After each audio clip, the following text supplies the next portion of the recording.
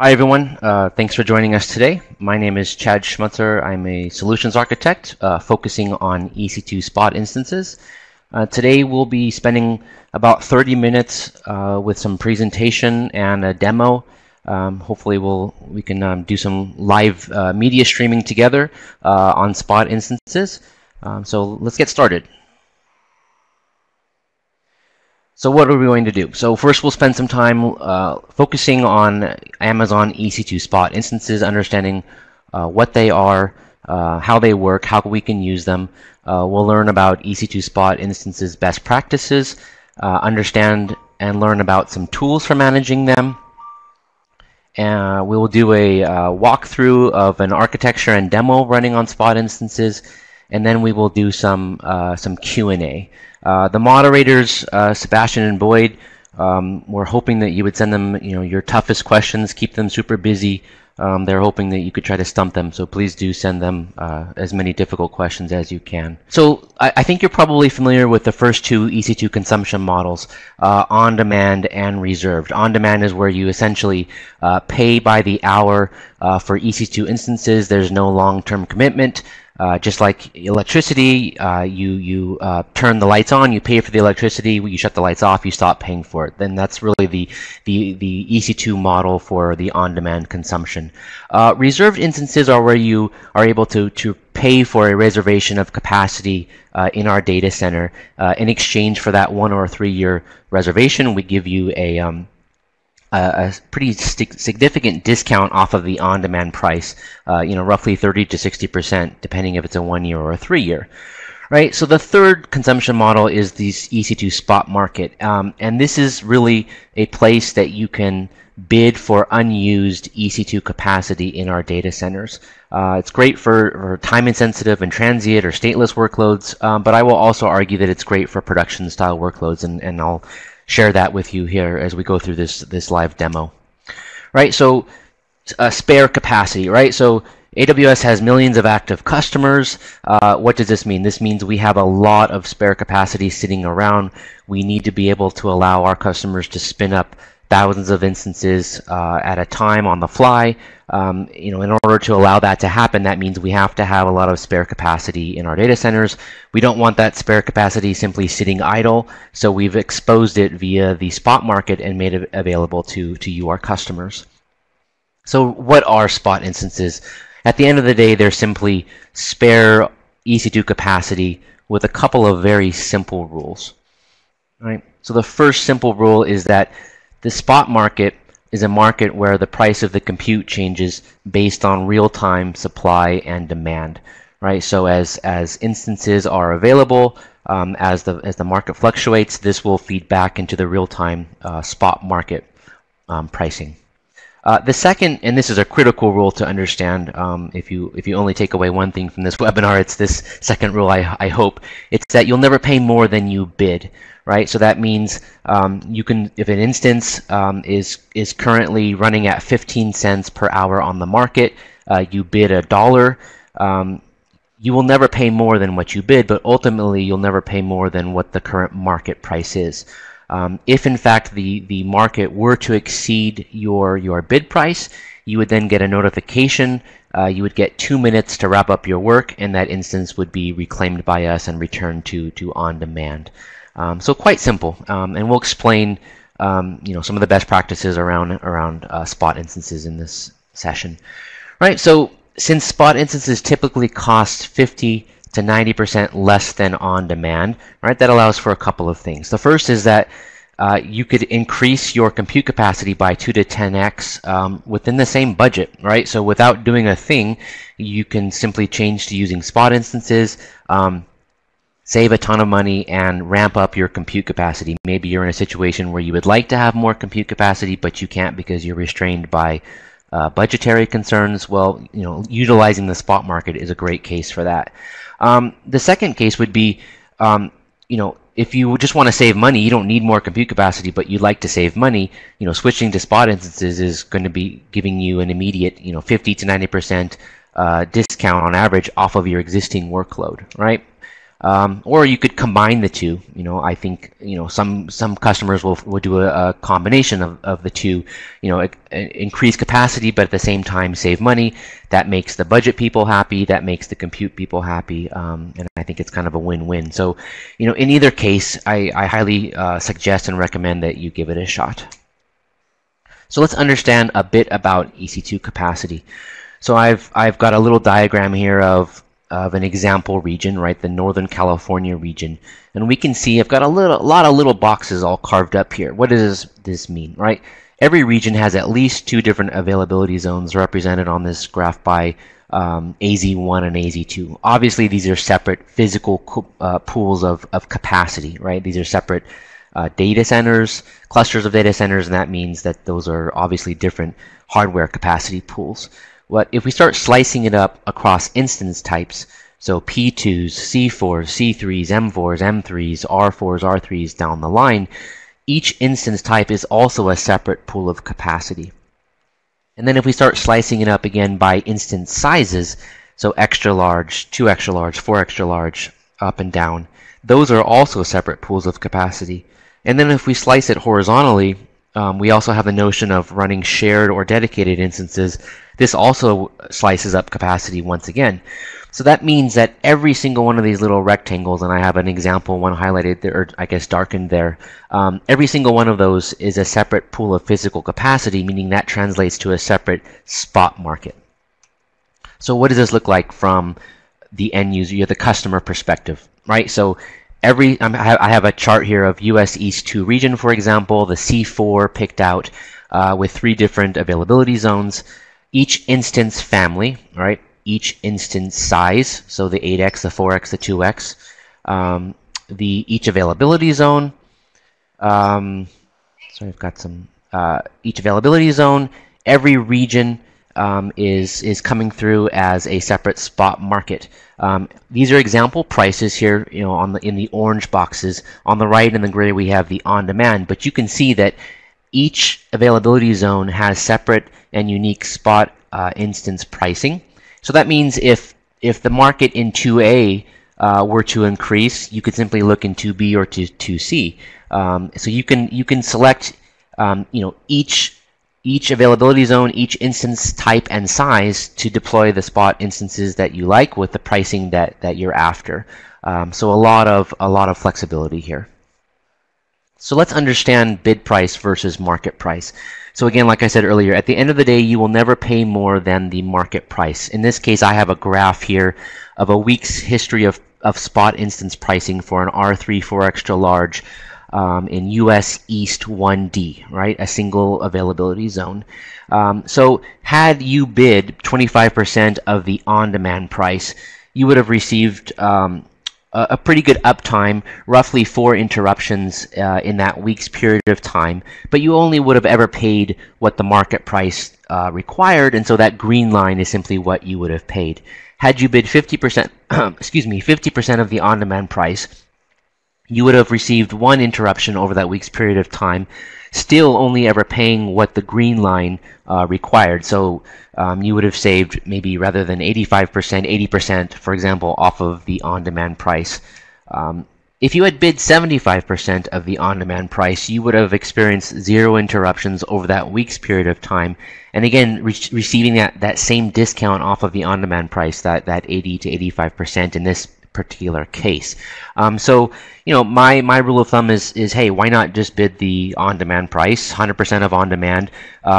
Worst case, you would simply be paying what you'd be paying on the with an on-demand instance anyhow. Best case, you'd be saving 80 to 90% off of the on-demand price. And again, understanding you ever would only pay what that green line requires you to pay, which is the actual market price. All right, let's talk a little bit about instances, spot instance best practices, right? The first being flexibility. I've got 4 best practices highlighted here. I think you've probably seen this before, and note that there is a lot of overlap with typical on-demand EC2 instances and reserved instances, in that you want to design your applications to be stateless, to be fault-tolerant, to be multi-AZ, and to be as loosely coupled as possible. When we throw in spot instances, the 5th best practice is going to be instance flexibility. So what do I mean by that?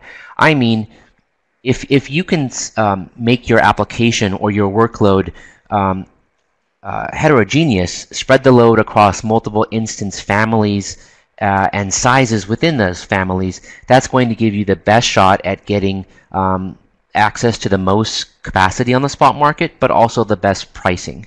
All right, so again, a lot of overlap here with best practices. With spot instances, throwing in instance flexibility really will take you to the next level when it comes to utilizing the spot market. So the second best practice I would say is diversification, and that really is more or less the same as flexibility. But that means, think about your workload. Every workload is different. It doesn't mean that every workload can utilize every single different instance type on the spot market. But in many situations, for example, in this one where I have a web application sitting behind a load balancer, for the most part, instances along the same size are going to have very similar characteristics from a performance perspective. So in this case, maybe for a spot market deployment here behind my load balancer, maybe I'll pick all larges, so C3 large, M3 large, R3 large, C4 large, M4 large, down the line, etc. So these are best practices when it comes to utilizing the spot market. In this case, we're picking very similar performance characteristics because we want our load balancer to receive very similar response times from my web application.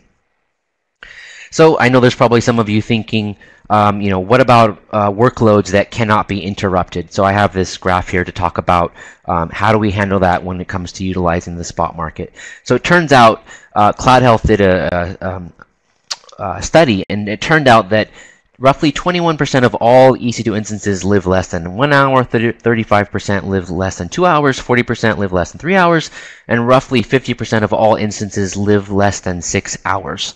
That's kind of eye-opening, right? So what have we done with the spot market? We've enabled the ability to bid for a defined duration on the spot market, or what we call spot blocks. This is where you can bid for spot capacity anywhere between 1 and 6 hours to request that your spot instances will run continuously for that period of time. Discount of roughly 50% off of on-demand pricing. I would say up to 50% off of on-demand.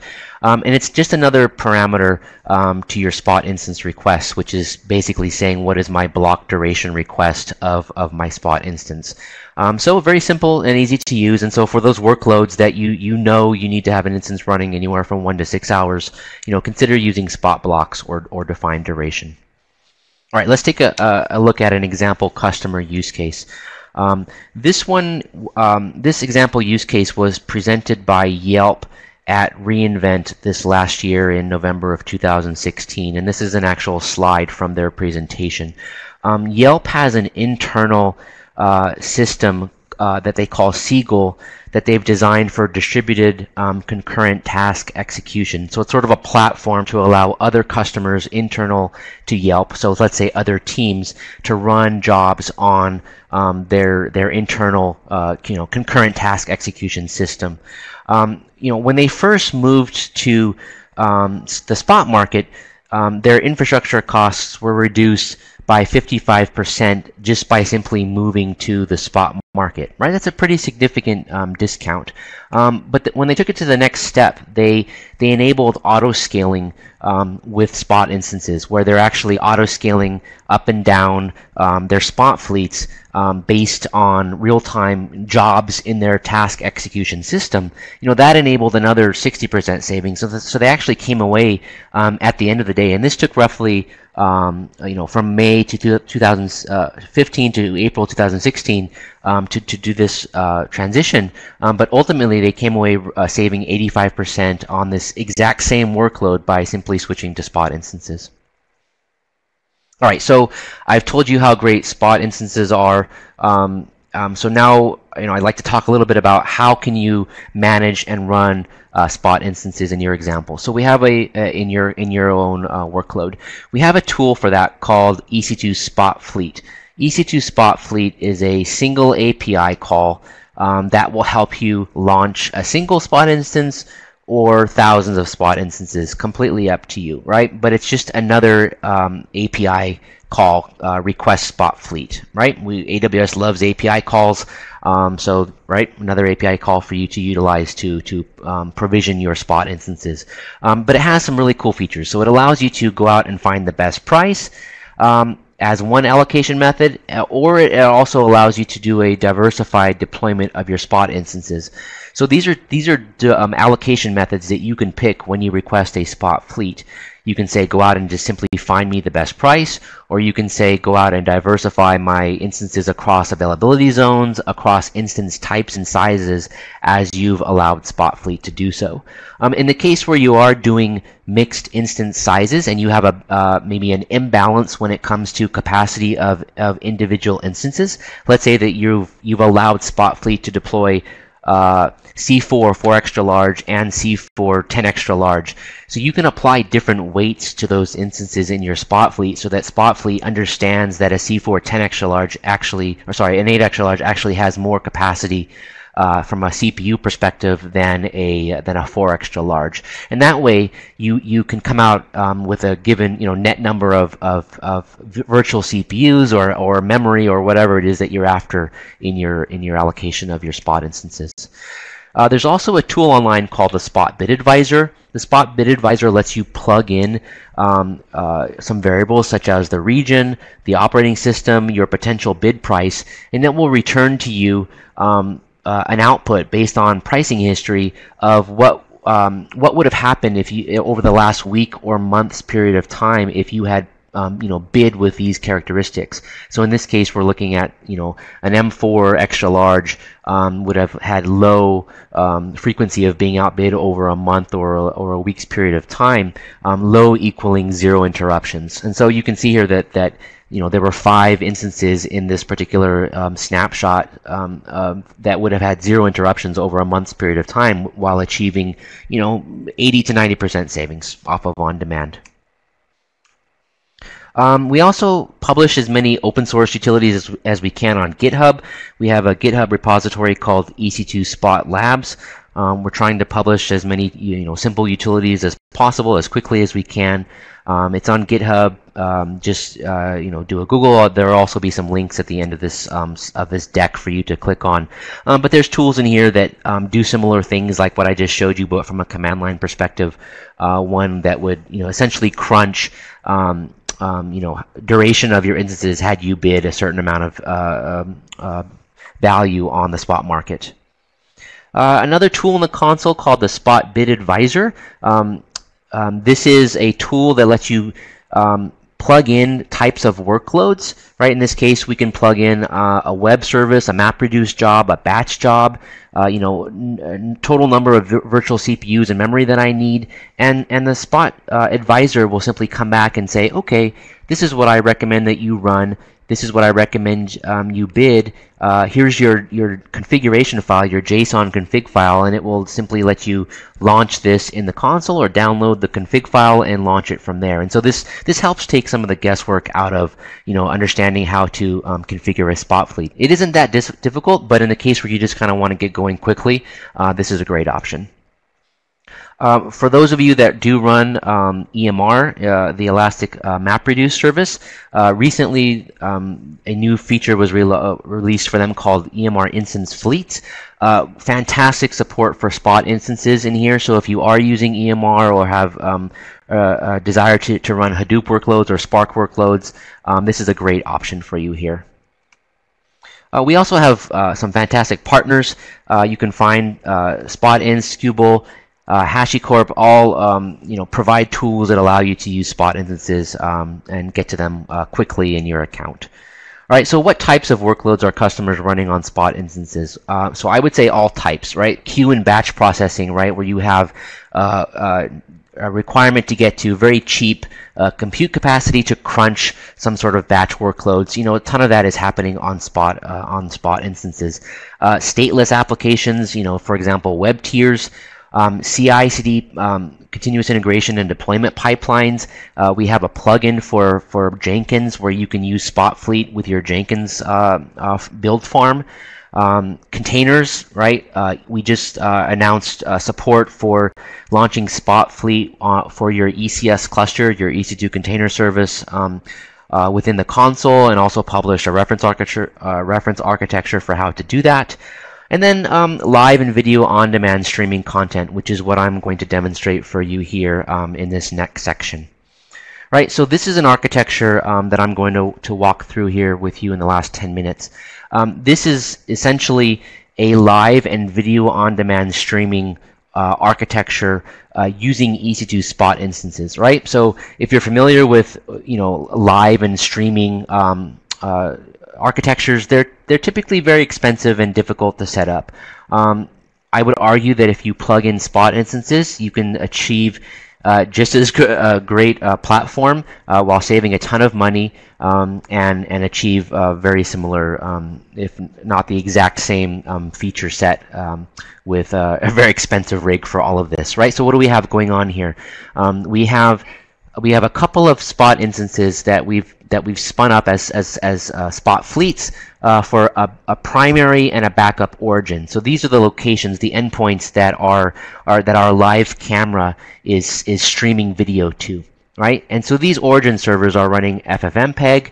They're encoding in real time different bit rates that are then being sent to an edge cache fleet of instances. So that here is called the edge cache fleet. So these are a fleet of instances that are running on the spot market that scale up and down in real time based on the amount of load that they're being hit with.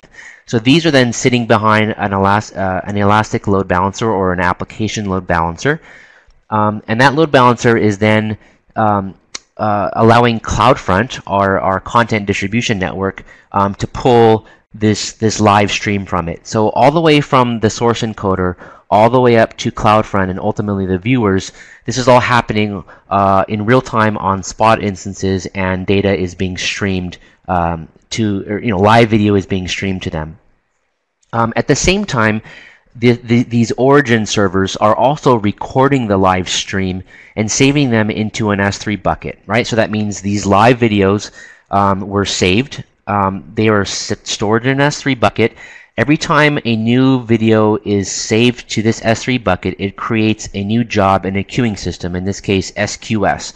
Every time a new job is detected in SQS, I have another Spot Fleet that is looking for work to do, and it's encoding those recorded streams into streams that can then be played on demand. So think about video on demand, so Netflix or Amazon Prime streaming.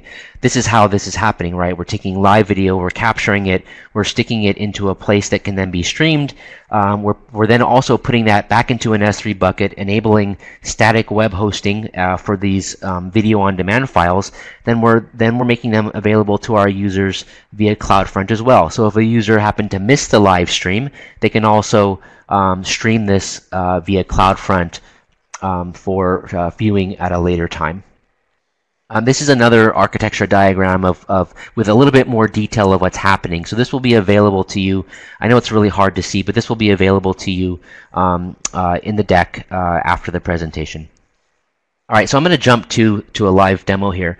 Ryan, if you don't mind pasting the first test link that I have provided earlier, if you don't mind doing that, I'm going to now share my screen.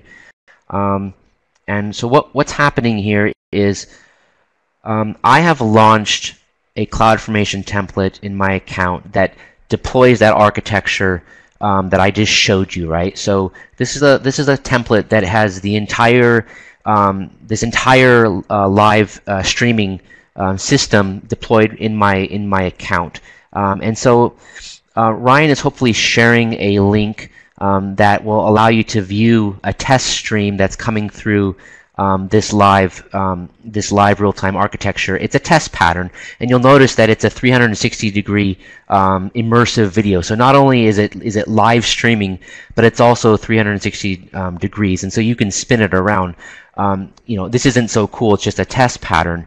But what I want to show you is that this CloudFormation template, which essentially deployed the origin servers the caching servers, the load balancer, all the queuing system, all the things that go into this architecture, right? So I have primary IP addresses, I have load balancer, I have my endpoints. Everything was spun up for me. These are all running on Spot instances. As you can see in my account, I have 1, 2, 3, 4, 5 Spot fleets. Each of these with different capacity, and again, different pieces of these will scale up and down in real time based on how much load is being sent to this service. These will spin up and down. In the case where a Spot instance were to be reclaimed, we have that covered as well. We're using an elastic network interface and detaching that and attaching it to instances as they come and go, so that we don't have to worry if instances are reclaimed. Spot Fleet will simply replace the instances for us, reattach the network interface, and our live streaming service doesn't even have a glitch because we have backups and we have clusters of instances streaming this. All right, so what I've done is I've actually set up my phone here sitting with me, and my phone has a 360-degree camera capturing, hopefully, myself in real time, and is now sending live 360-degree video into the same system. And so, Ryan, if you don't mind pasting the link that has Chad in it, I'll try flipping to it as well. We should see. Oh, I guess it's looking at the other side of the room, but you can simply grab the camera and hopefully spin it around and see the entire room that I'm sitting in as I do this presentation. And so again, all of this is happening through 5 Spot fleets, all happening in real time with real-time encoding, with those best practices being put into place that I mentioned earlier. The video is also being recorded to an S3 bucket. As new videos are being recorded, those videos are entering into a queue that says, please take these videos that are in my queue, and you can see I have 17 messages, which are essentially those videos being chunked up as they're saved. I have another Spot fleet that's taking those videos, transcoding them, and then storing them into another S3 bucket, and then being exposed via CloudFront for video on demand streaming of this 360-degree video. And so, this is a real architecture. I don't like doing talks unless I can demonstrate that this is real and that that's something that you can actually consume and kind of think about how I would do this in my own environment. So we're coming up at 30 minutes, right on the dot. We want to save the last 10 minutes to do some real-time Q&A from the folks that have sat with us through this webinar. So I'm going to, I guess I can, let's see, head back to stop sharing my screen, Ryan, so I can see the questions. Would that work?